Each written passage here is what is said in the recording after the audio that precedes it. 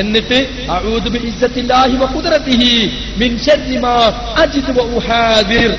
കണ്ടോ, അള്ളാഹുവിന്റെ ഇസ്സത്തിൽ ഞാൻ അഭയം തേടുന്നു, അവന്റെ ഖുദ്റത്തിൽ ഞാൻ അഭയം തേടുന്നു. ഞാൻ അനുഭവിച്ചു കൊണ്ടിരിക്കുകയും വലുതായി പോകുമെന്ന് ഞാൻ ഭയപ്പെടുകയും ചെയ്യുന്ന ഈ വേദനയിൽ നിന്നും ഇത് 7 പ്രാവശ്യം നിങ്ങൾ പറയണം. എന്നിട്ടും വേദന മാറില്ലെങ്കിൽ വീണ്ടും വീണ്ടും പറയണം. അപ്പൊ വേദനക്കുള്ള മന്ത്രമാണത്.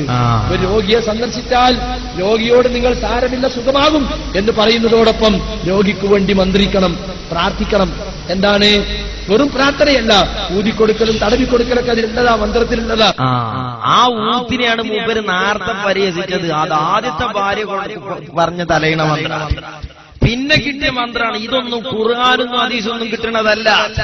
അള്ളാഹുവിന്റെ തൗഹീദിൽ നിന്ന് മനുഷ്യരെ പഠിപ്പിക്കുന്ന കക്ഷികൾ രാവിലെ വീട്ടിൽ നിന്നിറങ്ങി വൈകുന്നേരം വീട്ടിലേക്ക് എത്തുമ്പോഴേക്ക് സത്യവിശ്വാസികൾ കാഫിറുകളായി പോകുന്ന കാലഘട്ടം, വൈകുന്നേരമായി നേരം വെളുക്കുമ്പോഴേക്ക് മനുഷ്യനറിയാതെ തൗഹീദ് തെളിച്ചു പോകുന്ന കാലം, ആയത്തുകളും ഹദീസുകളും ഓതിയിട്ടാണ്.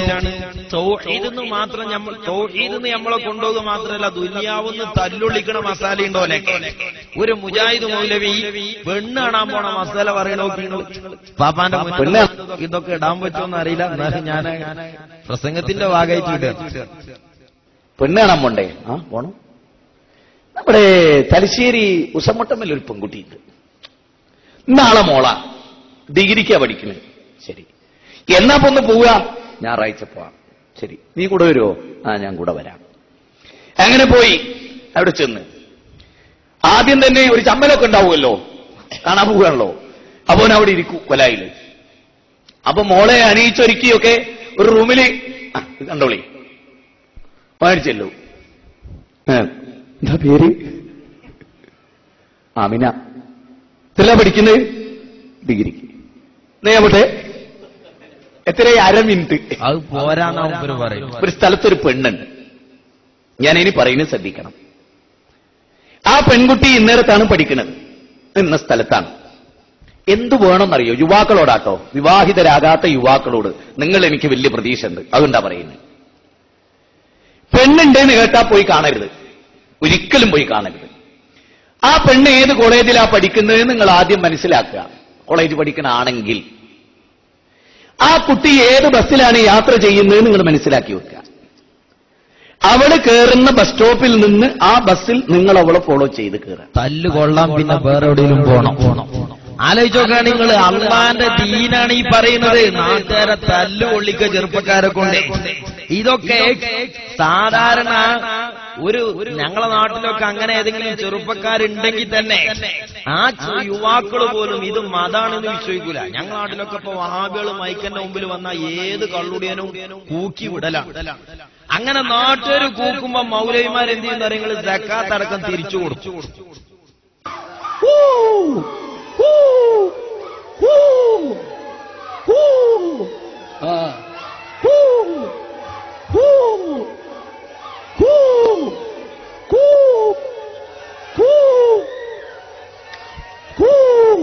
നാട്ടുകാരെ കൂക്കിന് സക്കാത്ത് അടക്കം തിരിച്ചു കൊടുക്കണം മൗലവി. എന്നാ വേറൊരു മൗലവി പറയണ്ട, ഈ കൂക്കിയാണ്ട് ദീൻ പറയല ആരെ പരിപാടിയാ? അത് അബൂജഹലിന്റെ പരിപാടിയാന്ന് വേറൊരു മൗലവി പറഞ്ഞു. കാരണം കൂക്കിയ അബൂജഹലിന്റെ പാർട്ടിയായി പോകും. അതുകൊണ്ട് കാരണം കൂക്കിയ അബൂജഹലിന്റെ പാർട്ടിയായി പോകും. ആ സമ്പ്രദായം അബൂജഹലിന്റെയും കൂട്ടരെയും സമ്പ്രദായ. അതുകൊണ്ട് മുജാഹിദീങ്ങൾ അത് ചെയ്യണം. അപ്പൊ നോക്ക് സഹോദരന്മാരെ, ഞാൻ പറഞ്ഞത് അഫ്ളലു മാ ഖുൽതു അന വൻ നബിയ്യൂന മിൻ ഖബലി ഖൗലു ലാ ഇലാഹ ഇല്ലല്ലാഹ്. സഹോദരന്മാരെ, ആദം അലൈഹിസ്സലാം മുതൽക്ക് അഷ്റഫുൽ ഖൽഖ് ത്വാഹ റസൂലുള്ളാഹ് സ്വല്ലല്ലാഹു അലൈഹി വസല്ലമ തങ്ങൾ വരെ പഠിപ്പിച്ചു. അനുയായികൾ പിൽക്കാലത്ത് അത് വികൃതപ്പെടുത്തി. നബി സല്ലല്ലാഹു അലൈഹി വസല്ലം തങ്ങളുടെ ഉമ്മത്തിലും അതിനുള്ള ശ്രമങ്ങൾ ഒരു ഭാഗത്തുണ്ടായി. പക്ഷേ ആലിമീങ്ങളിലൂടെ സാദാത്തുക്കളിലൂടെ അല്ലാഹു ഇസ്ലാമിന്റെ ശരിയായ വഴി നിലനിർത്തിയിട്ടുണ്ട്. ആ വഴിയിലൂടെയാണ് നമ്മൾ ജീവിക്കുന്നത്. ജിബ്രീൽ അലൈഹിസ്സലാം ആകുന്ന നബി സല്ലല്ലാഹു അലൈഹി വസല്ലം തങ്ങളുടെ സദസ്സിൽ വന്ന ചോദ്യകർത്താവിനോട് ലാ ഇലാഹ ഇല്ലല്ലാഹയോട് കൂടെ നബി സല്ലല്ലാഹു അലൈഹി വസല്ലം പഠിപ്പിച്ചത് എന്താണ്? അൻതശ്ഹദ അല്ലാ ഇലാഹ ഇല്ലല്ലാഹ് വ അന്ന മുഹമ്മദർ റസൂലുള്ളാഹ്. ലാ ഇലാഹ ഇല്ലല്ലാഹ് എന്നത് മാത്രം വിശ്വസിച്ചാൽ പോരാ, ലാ ഇലാഹ ഇല്ലല്ലാഹയോടുകൂടെ മുഹമ്മദുർ റസൂലുള്ളാഹ് വിശ്വസിക്കണം. എന്നാൽ വഹാബികൾ ലാ ഇലാഹ ഇല്ലല്ലാഹയിൽ തോന്നിവാസം ചെയ്തതുപോലെ മുഹമ്മദുർ റസൂലുള്ളാഹിയിലും അപകടം വരുത്തി. എന്താണ് മുഹമ്മദുർ റസൂലുള്ളാഹി എന്ന വാക്കിന്റെ അർത്ഥം? ഉടമയായ റബ്ബിന്റെയും അടിമയായ മനുഷ്യന്റെയും ഇടയിലെ ഇടയാളനാണ്, മധ്യവർത്തിയാണ്, ദൂതനാണ് മുഹമ്മദുർ റസൂലുള്ളാഹി. അതുകൊണ്ട് എന്ത് വേണം?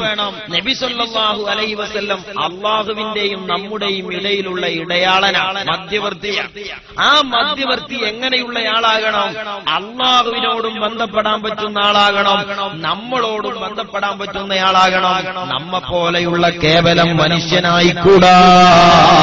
അതുകൊണ്ടല്ലേ നബി സല്ലല്ലാഹു അലൈഹി വസല്ലം തങ്ങളെ അല്ലാഹു സുബ്ഹാനഹു വ തആല ചെറുപ്പകാലം മുതൽക്കു തന്നെ അസാധാരണത്വത്തിലൂടെ വളർത്തുകയാണ്. ലോകത്തെ കൊണ്ട് മുഴുവനും ആ പ്രവാചകന്റെ ചെറുപ്പകാലം പോലും ഒരു അസാധാരണത്വമുള്ള കാലമായി ചരിത്രത്തിൽ രേഖപ്പെടുത്തപ്പെട്ടുപോയി. അതുകൊണ്ടല്ലേ അബൂജഹൽ ഉൾപ്പെടെയുള്ള തന്റെ ശത്രുക്കളെ മലഞ്ചെരുവിലേക്ക് ക്ഷണിച്ചു വരുത്തിയിട്ട് ഹബീബ് ചോദിക്കുന്നു, ആ മലഞ്ചെരുവിന്റെ പിന്നാമ്പുറത്തിലൂടെ നിങ്ങളെ തകർക്കാൻ വരുന്ന കക്ഷികളെ കുറിച്ചുള്ള മുന്നറിയിപ്പ് ഞാൻ നിങ്ങൾക്ക് നൽകിയാൽ ആ മുന്നറിയിപ്പ് നിങ്ങൾ വിശ്വസിക്കുമോ? എല്ലാ ജനങ്ങളും പറഞ്ഞു ഞങ്ങളത് വിശ്വസിക്കും. എന്തേ കാരണം? അൽ അമീൻ. അറേബ്യൻ രാജ്യത്ത് ആടിനെ മേച്ചുകൊണ്ടിരിക്കുന്ന ഒരുപാട് അറബി പയ്യന്മാരുണ്ട്. ആ അറബി പയ്യന്മാരെ പോലെയല്ല അങ്ങ് ജീവിച്ചിട്ടുള്ളത്. അങ്ങൊരു അസാധാരണക്കാരനായി ജീവിച്ചവരാണ്, അങ്ങൊരു അസാധാരണത്വമുള്ള യുവാവാണ്. അതുകൊണ്ട് അങ്ങ് പറഞ്ഞാൽ ഞങ്ങൾക്കതിൽ സംശയമില്ല. ഇതാണ് മുഹമ്മദുർ റസൂലുള്ളാഹിയുടെ വിശ്വാസം. ആ വിശ്വാസം അബൂജഹലിന് പോലും ഉണ്ടായിരുന്നു. ഏത്?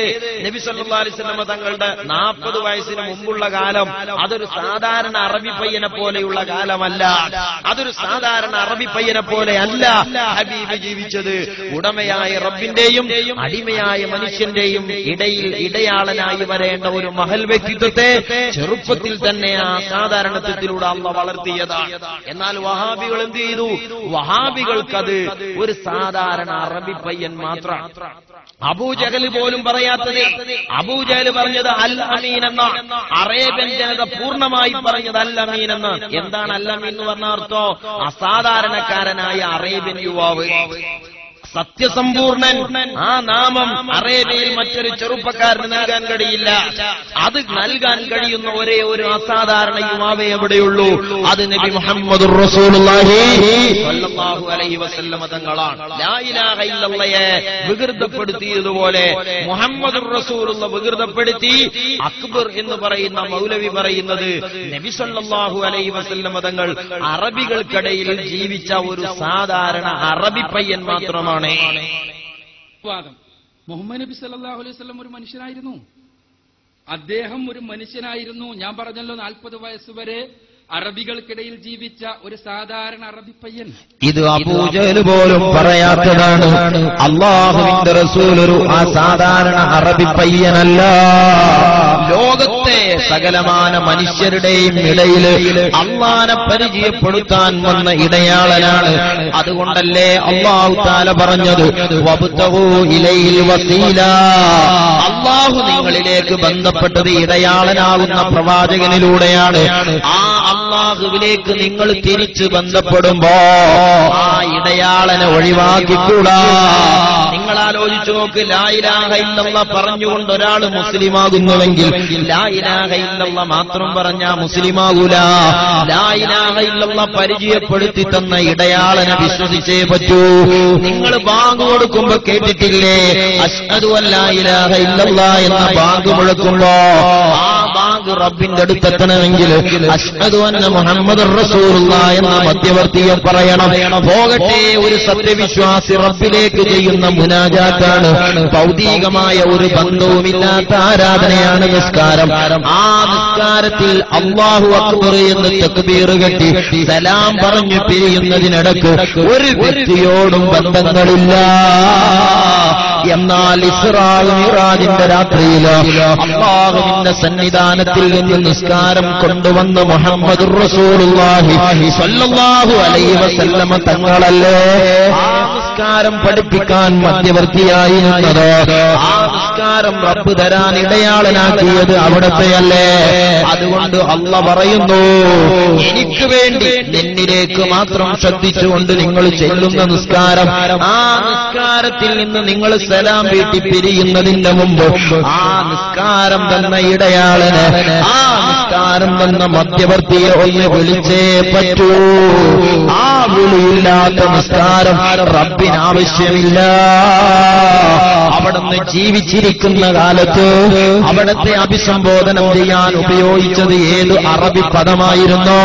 പരിശുദ്ധ ഖുർആനിൽ കേൾക്കുകയും അറിയുകയും ചെയ്യുന്ന മനുഷ്യരെ അഭിസംബോധനം ചെയ്യാൻ ഉപയോഗിച്ചത് ഏത് പദമാണോ അതേ പദം ഉപയോഗിച്ചുകൊണ്ട് അവിടുന്ന് വഫാത്തായി പോയി 14 നൂറ്റാണ്ടുകൾ കഴിഞ്ഞതിനു ശേഷമോ ഇന്ന് ഈശാ നിസ്കരിക്കുന്ന ഒരു സത്യവിശ്വാസി ആ മദീന ജാറത്തിൽ അന്ത്യവിശ്രമം കൊള്ളുന്ന നബി മുഹമ്മദുർ റസൂലുള്ളാഹി സ്വല്ലല്ലാഹു അലൈഹി വസല്ലം തങ്ങളെ വിളിക്കാതെ അവിടുത്തെ നിസ്കാരം സമ്പൂർണ്ണമല്ല.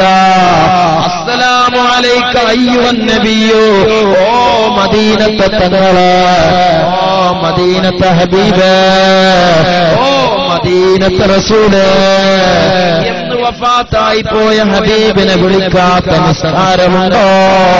വബ്തഗൂ ഇലൈഹിൽ വസീല. ആ വിളി വഫാത്തായി പോയ നബി സല്ലല്ലാഹു അലൈഹി വസല്ലം തങ്ങളെ വിളി, വഫാത്തായി പോയ അമ്പിയാക്കളുടെ വിളി, വഫാത്തായി പോയ ഔലിയാക്കളെ വിളി, അത് ഇസ്ലാമാണ്. അത് ഇസ്ലാമിൽ ഇടയാളത്വം കൽപ്പിക്കപ്പെട്ടവർക്ക് അത് നൽകലാണ്. അതുകൊണ്ടല്ലേ നിങ്ങൾ നോക്കൂ, ബഹുമാനപ്പെട്ട ഇമാം മാലിക് റളിയല്ലാഹു തആല അൻഹു തങ്ങള് മദീന പള്ളിയിൽ ഇരിക്കുമ്പോ അന്ന് രാജ്യം ഭരിക്കുന്ന ഭരണാധികാരി വന്നിട്ട് ചോദിക്കുന്നു, തങ്ങള് ഞാൻ റബ്ബിനോട് ദ്വാരക്കാൻ പോകാണ്, ഞാൻ മദീന ജാറത്തിങ്കിലേക്ക് തിരിയണമോ അതോ കഅബ